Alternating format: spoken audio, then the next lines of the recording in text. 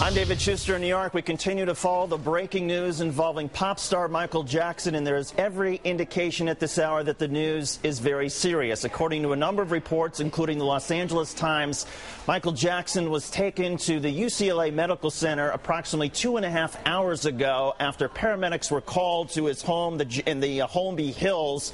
According to the Los Angeles Times, when paramedics got there, Jackson was unresponsive and was not breathing. Our NBC affiliate station in Las Vegas is attributing quotes to Jackson family members, including Joe Jackson, the dad, saying that he had been alerted to an emergency condition but did not have the details but was en route to the UCLA Medical Center. In addition, there are reports from our affiliate and from others that Jackson's brothers have gathered at the medical center and that Janet, the sister, has not, but she is also en route. Again, a very serious seeming situation this afternoon with Michael Jackson, 50 years old, the king of pop, who produced the most famous and most sold album of all time in the late 1980s, Thriller.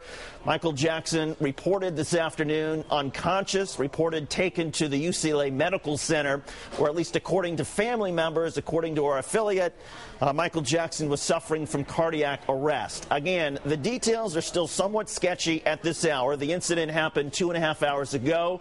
A lot of effort to try to find some confirmation, to try to determine exactly what Jackson's condition was when he arrived at the hospital and what his condition is now. But again, the Los Angeles Times, which has some pretty solid sources in this story, in Hollywood, is reporting that Michael Jackson was taken to a hospital this afternoon and that he was not breathing when the paramedics arrived home. All of this comes amidst Jackson's attempt at something of a new tour. Jackson was hoping that a 3-year world tour, a new album, movie like a Grace like a museum, and more could somehow wipe out Jackson's massive debt. So he was clearly hard at work on resuscitating his music career, and he had been rehearsing for a series of sold-out concerts that were to begin in London beginning July the 13th. But again, the news at this hour, every indication that it's serious, is the Los Angeles Times reporting that Michael Jackson was taken unconscious, not breathing, to the UCLA Medical Center approximately 2.5 hours ago. Let's go to MSNBC's Courtney Hazlett, who is also very well plugged into Hollywood and who has been working her sources. And Courtney, what's the latest that you have? Hi, David. You're absolutely right. It's an extremely confusing situation. All signs do point that it is very, very serious. However, it's been impossible to get somebody directly related to Michael Jackson on the phone right now. As you can understand, everybody's rushing to be by his side. Really confusing also with inside the tour. They were scheduled to practice at the Staples Center in just a few moments, literally, and everybody there was in place and expecting Michael Jackson to arrive momentarily. So there's a lot of confusion inside the tour. I've been speaking to his managers and people inside his circle for literally months, since news broke that he was going to be going to London's O2 Arena to do this big comeback series, and they've been saying every step of the way, he's healthy, he's healthy, he's healthy. Rumors to the contrary are not true. So this definitely comes as an enormous, enormous surprise. Courtney, let's talk a little bit about the tour, because when we talk about the tour is saying one thing or another, I guess important to point out that the tour, they were expecting him at a particular location, and at least as far as we know, the paramedics went to his house. And then if this story is, and we believe it to be true, he was taken to the UCLA Medical Center. So essentially the people involved in his rehearsals, they would be hearing this information perhaps the same way we might, right?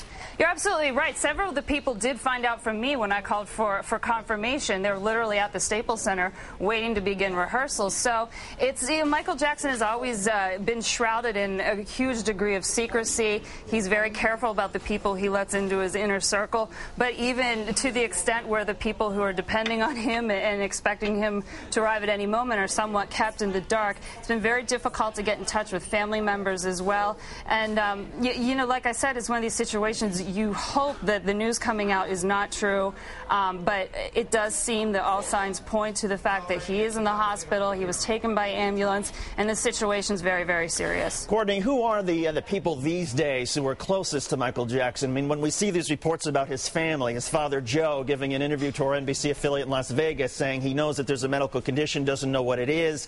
I mean, who are the people closest to Jackson who are most likely to really know what's going on? Truthfully, the people inside of his tour, and those are the exact people who don't know what's going on. He's had a difficult relationship with his family.